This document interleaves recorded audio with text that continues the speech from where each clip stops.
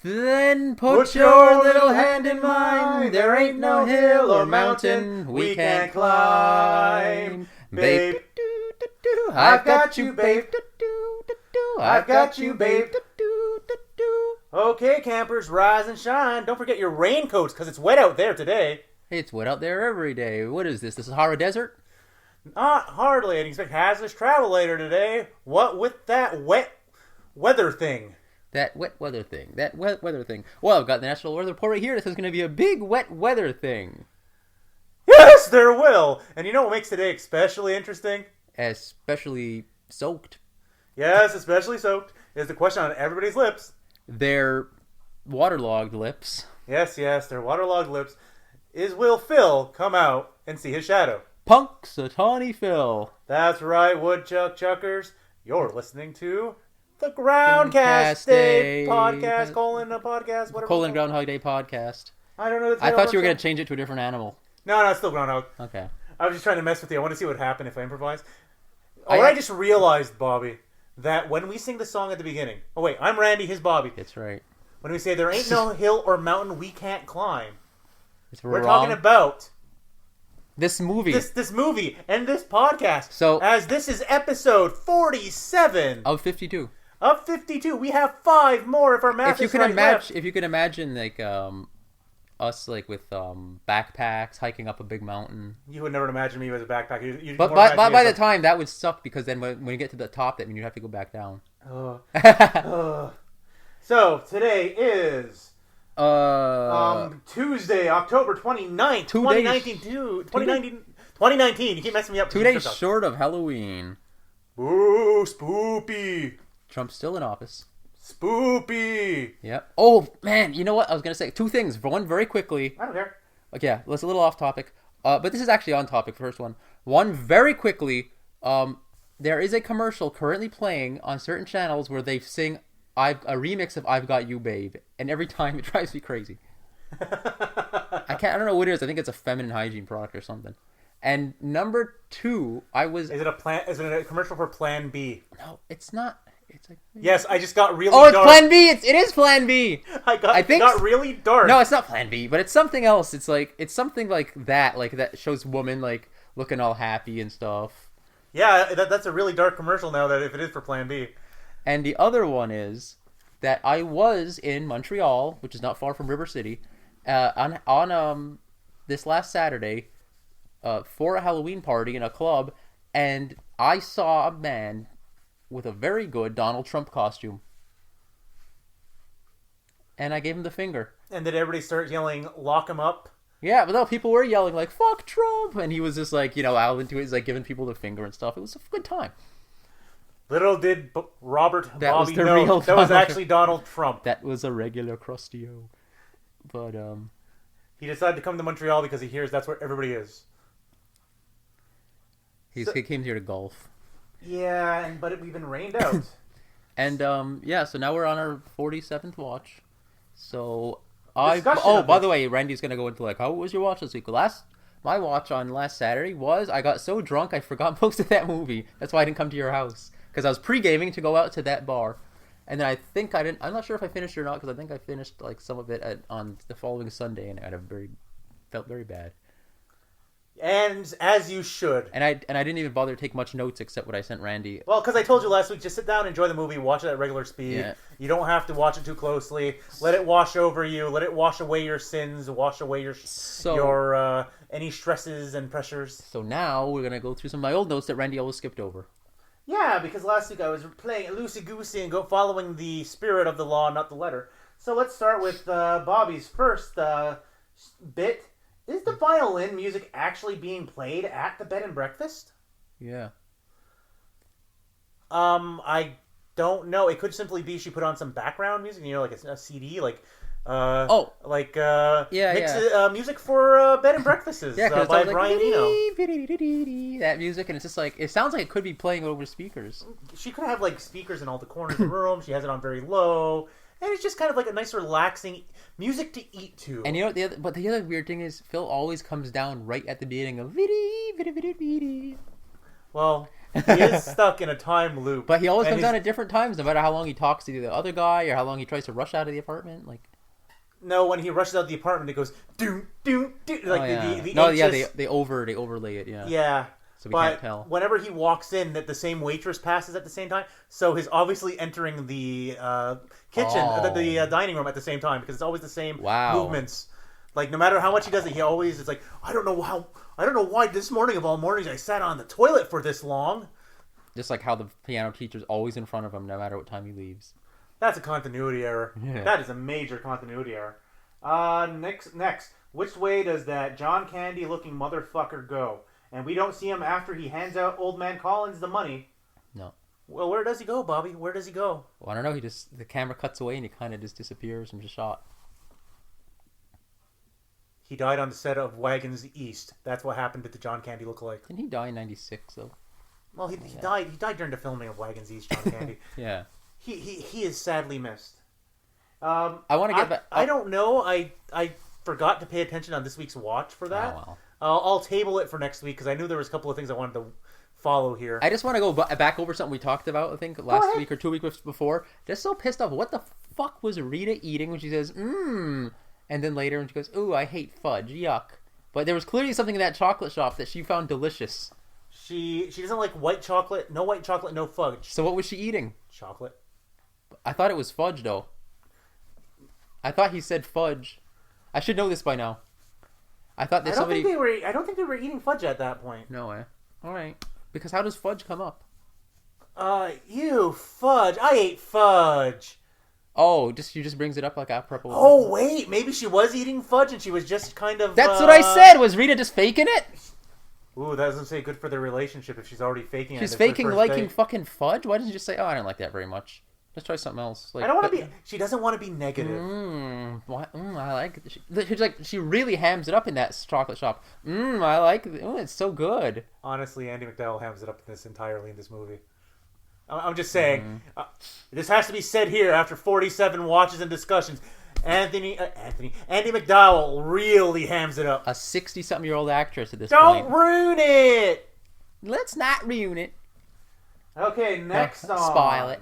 Sorry, what was it? I interrupted you. What were you going to say? No, I don't care. Rita doesn't even acknowledge when Phil says a giant leech got him. Give the audience some context. Did we go over that last week? I feel like we might have. We probably have, but I'm just going... Let's do it real quick then. It's a Groundhog Day podcast. Yeah. We can go over the same thing. So he said when he first comes, the first day, after he talks to Ned, and she says, well, again, my point that I brought up before, how is he always late no matter what time he leaves? And why did Rita apparently book him so far away that he's got to take like an hour and 20 almost to get there? Let's say an hour to get there.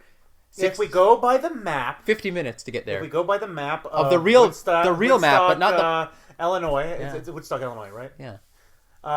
It's a 10-minute walk. Yeah, but I'm saying, apparently in the fictional world of Punxsutawney, it takes him like 50 minutes to get there. Let's say it takes him half an hour to get ready in the morning. He leaves that hotel at 6:30, and he's barely running in at almost 7:20. So it takes him like 49 minutes to walk there. Yeah.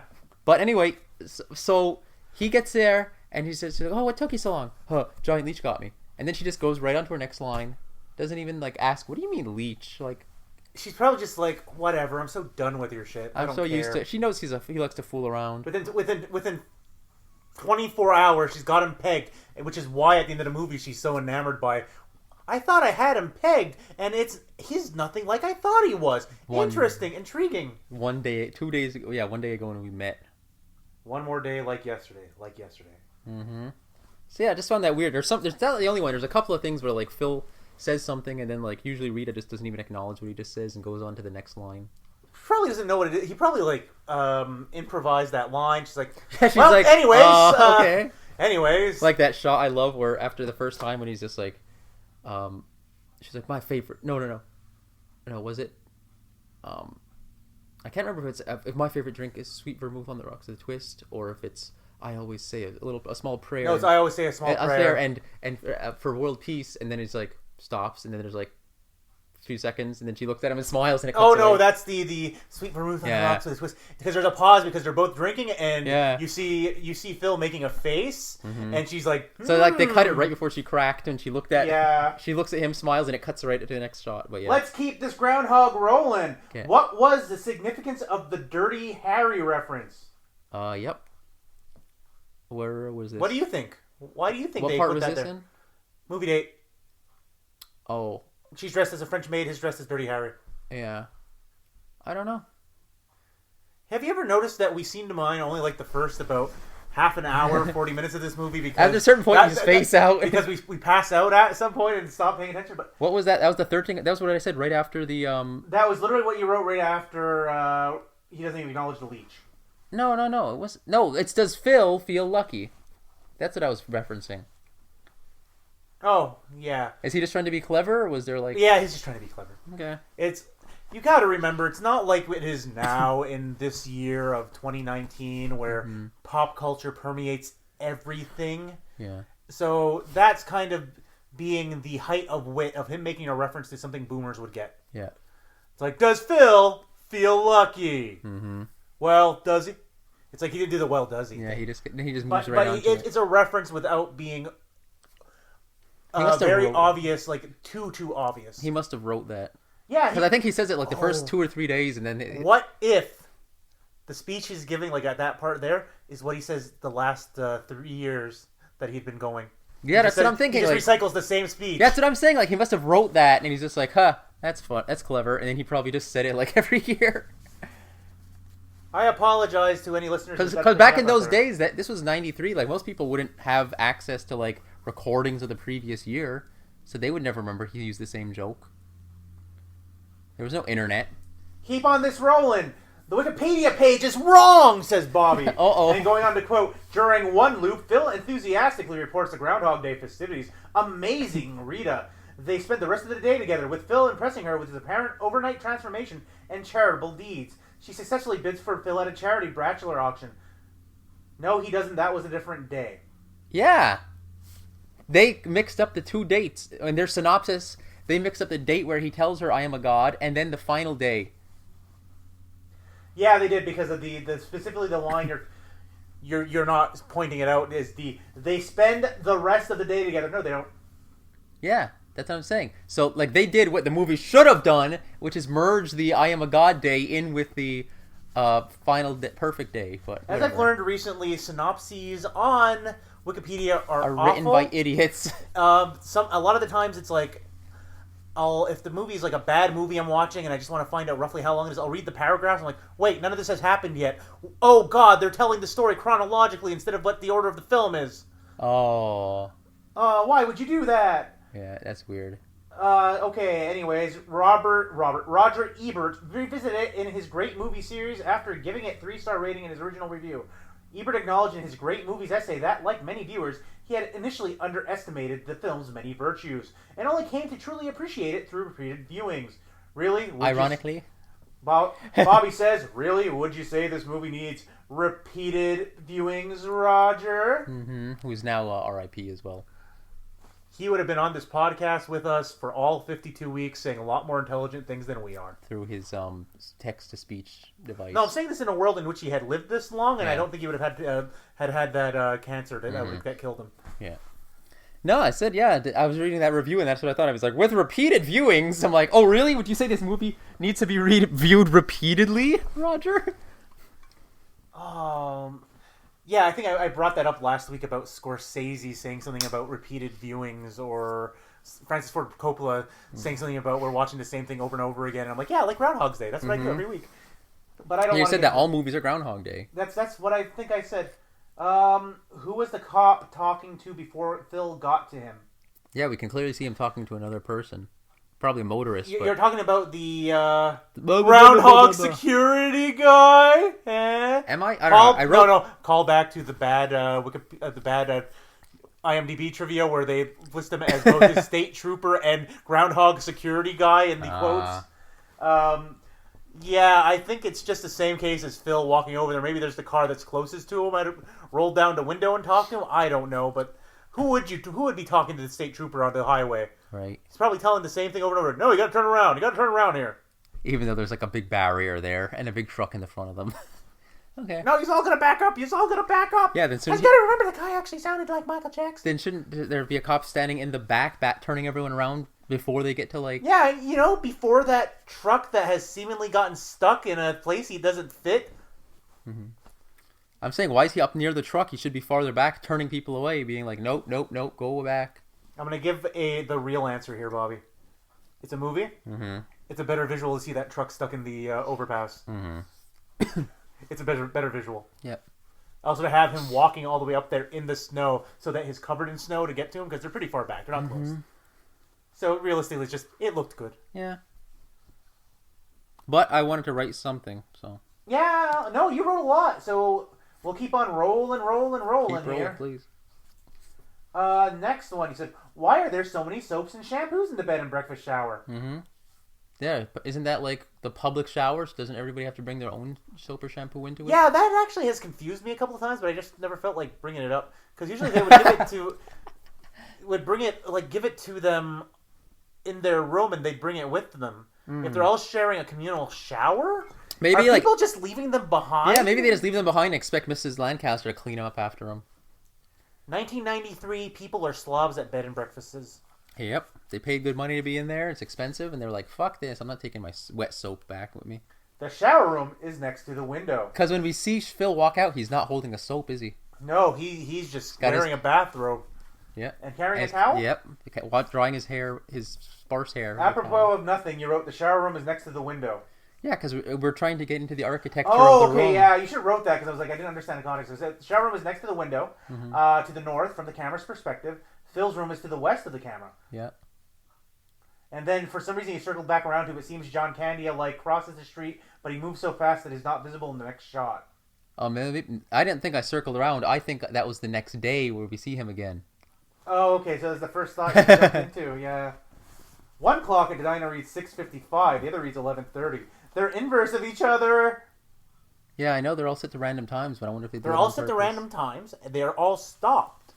And as per either Stephen Tobolowsky in one of his trivia things or Harold Ramis in his commentary, they're all stopped in order to show that time is stuck, just like Phil is in this time loop. I just talked. I think it was quiz hot shot. What's the name of the diner? Tip Top Cafe. Pop quiz hot shot. What's the name of the high school that Phil and Ned went to? Ned Ryerson. We went to... Oh, man. Come on, you can do this. Wait. You gotta do Hold the on whole a second. speech. Phil Connors? I thought that was you. It's me, Ned. Ned Ryerson. Ned the head. Come on, Phil. We went to Punk Pokai. No, Pace Western High. Pace Western High. Dang, I should know that by now. Well, what's the name of Phil's sister? Mary Pat. That Ned dated in high school. Mary Pat. Connors. Mary Pat Connors. Unless she's married. What if she's his half-sister or his stepsister and they don't share the same last name? Or if she got married to a guy and she changed her last name. Next random trivia question I'll have for you is... I had a trivia question for you, but I can't remember what it is now. I was starting to make an actual trivia thing for you this week, and then I'm like, okay, I'm making it all based on the beginning of the movie. It's like, that's not good. And I stopped and I gave up. When I realized it's like 3/4 of it were Ned related, I'm like, no, we're good. Mm-hmm. What school did Nancy go to? That's an easy one. Lincoln. And what's the name of her? Mrs. Walsh. I know that one because it's clearly part of the dialogue that he makes a big point of memorizing. Okay, so we'll go on to your next thing you had here. Altoona is not very far from Pittsburgh. It's crazy that people think the storm will only hit there. Yeah. I looked on the map. Again, back to Google Maps. By the way, this is all viral ad for Google Maps. You're not supposed to reveal that we actually get payola back based on this. Oh, man. We should be getting so much with our one viewer. But, yeah, I was just looking at the map. I'm like, where the hell is Altoona? I'm like, that's like a freaking 10-minute drive away. Like, I thought you said the storm's going to hit Altoona. Like, have you never heard of wind changing direction a bit? The fuck, you idiots. That's like if somebody said, oh, yeah, this storm is going to hit, here we are in Montreal, but, it hit, what the heck is that name? Saint Jean sur Richelieu or something. It's like, that's not that, or it's supposed to hit Saint Jean sur Richelieu, but not Montreal. Like, that's not that far away. Like, it could easily just go that way to the west. Need I remind you how many times last year alone where it's like, a bad storm's coming, we gotta watch out for it, and it hit only Montreal, and then we got like a little bit of snow. River City, I'll be spared by that river. Spirit by River. It's like they always say, you kind of live in a valley. That's why we call it River City, baby. Not its real name. Not its real name. And let's, since we're edging on the 20-minute mark here, if we're not over, let's finish off the day that he had written this. There's an incessant ticking sound in the psychologist's office. What does that mean, Bobby? What does that mean? Yeah, was that another time reference? Like tick, tick, tick, tick, tick, tick, tick. You're being timed, Phil. That's always... Anytime you see a clock, it's a reference to time in his situation. Mm-hmm. And this is a one time that is just simply... What's the point of the clock? I really want to know. That's the only scene in the movie where a clock is ticking loudly. It's because they're both not saying anything. He's sitting there. He's lying down there. Mm-hmm. The guy's He's waiting for Phil to say something. Yeah. So what would the clock symbolize in that scene then? His anxiety about the situation? Maybe. Tick, tick, tick, tick, tick, but I was thinking it had more to do with like it was giving him a hint about the fact that he's... Like the clock is ticking on him. Is he cognizant of the... No, he's not. It's a subliminal message. Is it supposed to just indicate that your time is limited? Do what you can in a short period of time? This is the same scene I always bring up, how he goes, we should meet again. It feels like, okay, we should meet again. And then he gets angry when he's told, how's tomorrow sound?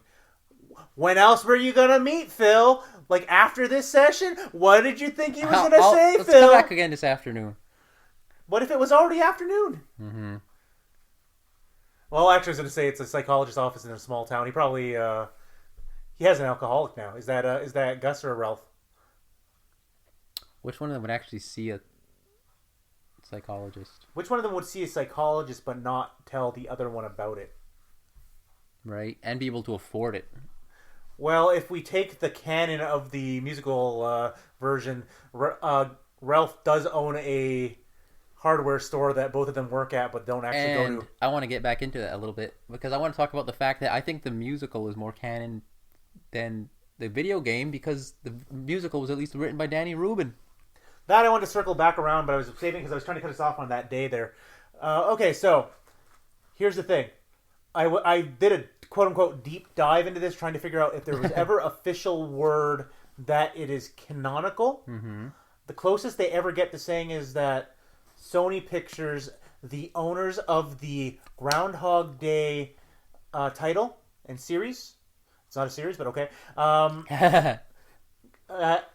not requested, what's the word, like, prefer, not preferred, it's like requested, it's like, okay. My English is not that good right now, but they basically went to the company that made these games and said, we want you to make a game that's a sequel to the movie. So the fact that they said that we want you to make a sequel to the movie makes me consider it canon. Just because they're like, we want a direct sequel to the movie. But what about the fact that the musical still had to get permission too, right? No, they had to get permission from them too, and it was co-written by the original screenwriter. That's why I think it's more canon because it was actually written by the original screenwriter, whereas the video game had no input for it. Was just some random hack writers they hired. But you got to keep in mind that this is after the events of the movies. So which one does this align to? Does this align to the canon of the? Well, obviously that game obviously aligns to the canon of the movie. I'm just asking because we had a disparity in there, which I mentioned before in my long review of the game of watching somebody play the game, where in the musical Ned has a dead wife and several kids at the time of 1993, whereas in the video game Ned, which takes place as we've learned like 30-something years later. I think it's 35 years later it was. Ned has like a 26-year-old daughter and a wife who left him, and no mention of a dead wife or other kids. It's like I had said. They said that they what the hell's the word? Basically, that they said, okay, we want you to make a sequel of the movie. They didn't say make a sequel of the musical, right? Because they don't own the rights to the So are musical. They like parallel universes? Yeah, it's a parallel universe. Because it feels younger. Well, no, there was never really Rita's black. A canonical age of Phil in the movie. I know, I'm basing it on the actors. Yeah.